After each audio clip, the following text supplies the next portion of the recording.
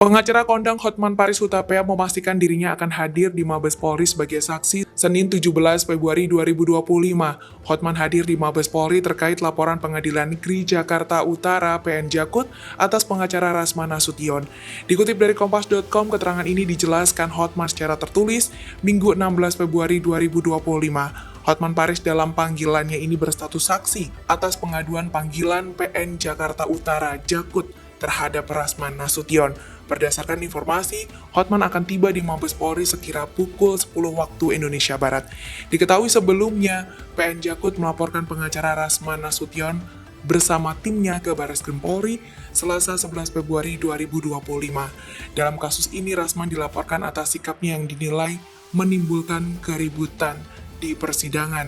Kamis 6 Februari. Download Tribun X sekarang, menghadirkan lokal menjadi Indonesia.